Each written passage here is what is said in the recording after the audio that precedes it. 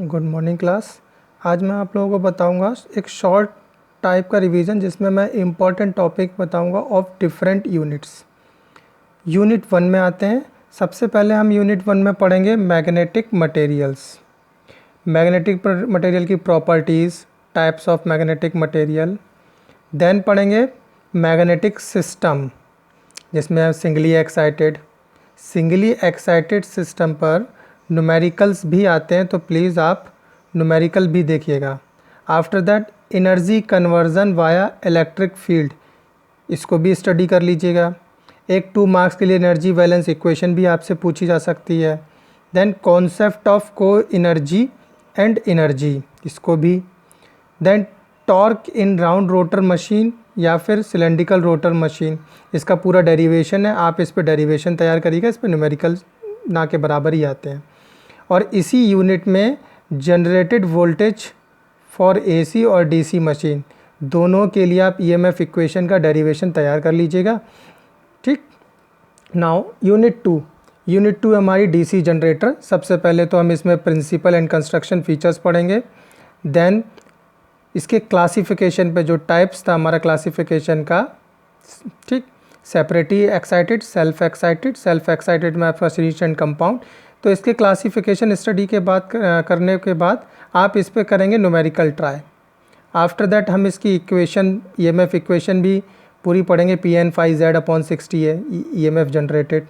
Winding terminologies आपको पढ़नी पड़ेंगी, 2 मार्क्स में आपसे पूछी जा सकती हैं कि एक्सप्लेन करिए कि टर्न्स क्या होता है, कॉइल क्या होता है। ठीक, then winding factor Kc and Kd, coil span factor, distribution factor, इसको भी आप तैयार कर लीजिएगा। इस पर 2 मार्क्स पे न्यूमेरिकल भी आ सकता है या फिर एज इट इज़ फार्मूला लिखने को आ जाता है। सबसे इम्पोर्टेंट इस यूनिट में है आपका आर्मेचर रिएक्शन कम्यूटेशन। ये 2 टॉपिक बहुत इंपॉर्टेंट है और दोनों को ही 10 मार्क्स में फुल डेरिवेशन पूछा जाता है। आर्मेचर रिएक्शन एक्सप्लेन करिए, उसका इफ़ेक्ट को बताइए और उसको कैसे मिनिमाइज़ कर सकते हैं। सिमिलरली कम्यूटेशन पूरा समझाइए, उससे रिलेटेड ग्राफ बनाइए उसका आइडियल कम्यूटेशन का। ठीक, और हम कम्यूटेशन प्रोसेस को कैसे इम्प्रूव कर सकते हैं। देन कंपनसेटिंग वाइंडिंग, ये चूँकि एक आपकी कह सकते हो आप एक और वाइंडिंग है जो हम सेपरेटली प्रोवाइड करते हैं to improve the commutation process. इसी के बाद यूनिट 2 में एक लास्ट टॉपिक है आपका कैरेक्टरिस्टिक ऑफ डीसी जनरेटर्स। आप पूरी इनकी कैरेक्टरिस्टिक, चाहे वो लोड हो, चाहे वो इंटरनल हो, चाहे वो एक्सटर्नल हो, अच्छे से इनके ग्राफ रेडी कर लीजिए ताकि आप एग्ज़ाम में अच्छे से समझा पाएँ। नाउ नेक्स्ट हमारी आती है यूनिट 3। यूनिट 3 हमारी डीसी मोटर है। अगेन इसमें भी हम प्रिंसिपल और कंस्ट्रक्शन देखेंगे और इन्हीं के क्लासिफिकेशन पर, जो भी क्लासिफिकेशन है उस पर हम न्यूमेरिकल्स तैयार करेंगे। एक कॉन्सेप्ट है आपका बैक ईएमएफ का, इसमें इसके सिग्निफिकेंस ऑफ बैक ईएमएफ बताना पड़ता है। आफ्टर दैट इसकी पूरी टॉर्क इक्वेशन हमको डिराइव करके तैयार करनी होती है। फिर हम इसकी कैरेक्टरिस्टिक पढ़ते हैं। देन हम इसमें जो मोस्ट इंपॉर्टेंट है वो है स्टार्टिंग मेथड्स और स्पीड कंट्रोल। स्टार्टिंग मेथड में आपने 3 पॉइंट और 4 पॉइंट स्टडी किया जो कि स्टार्टर है हमारे। स्पीड कंट्रोल में 3 मेथड हैं, flux control, armature voltage control, applied voltage, जिसे वॉल-ल्यूनार्ड मेथड भी कहते हैं। एंड लास्ट हम इसकी इफ़िशियंसी कैसे कैलकुलेट करते हैं डीसी मोटर की, और टेस्टिंग कैसे करते हैं। टेस्टिंग में आपके 2 टेस्ट हैं, हॉपकिंसन और स्विनबर्न, दोनों ही आते हैं। अब गुड लक आपका कौन सा आपसे पूछा जाए। नाउ हम आते हैं यूनिट 4 में। यूनिट 4 में again transformer, single phase transformer, जिसमें हमारा प्रिंसिपल, जिसमें कंस्ट्रक्शन और टाइप मतलब स्टेप अप स्टेप डाउन। ये वर्किंग के हिसाब से हैं। अगर हम कंस्ट्रक्शन के हिसाब से कहेंगे तो कोर और शेल टाइप और बेरी टाइप है। देन हमारा आइडियल ट्रांसफार्मर, इसकी EMF equation, transformation ratio, practical transform study करेंगे हम लोड पे और नो लोड पे।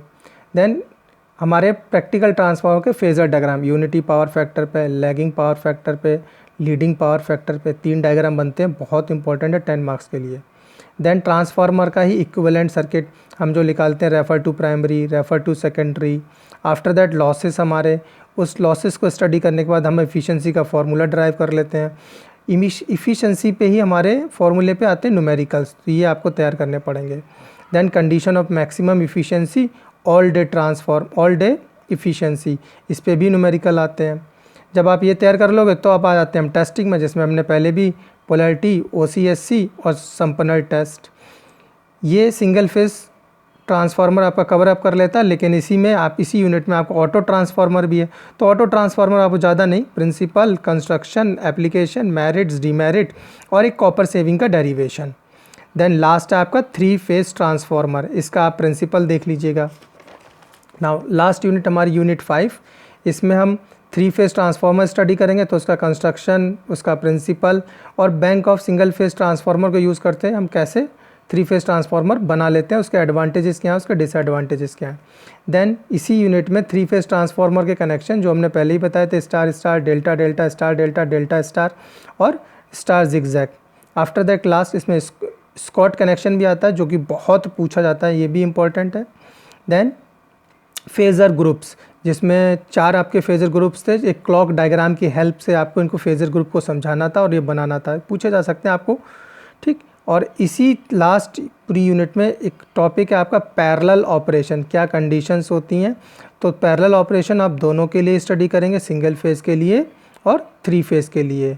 होप अगर आप इतना पूरा तैयार कर लेते हैं तो आप आराम से इस सब्जेक्ट को तैयार कर सकते हैं और एग्ज़ाम में अच्छे मार्क्स ला सकते हैं। एक बार फिर unit 1, unit 2, unit 3, unit 4, unit 5। Thank you.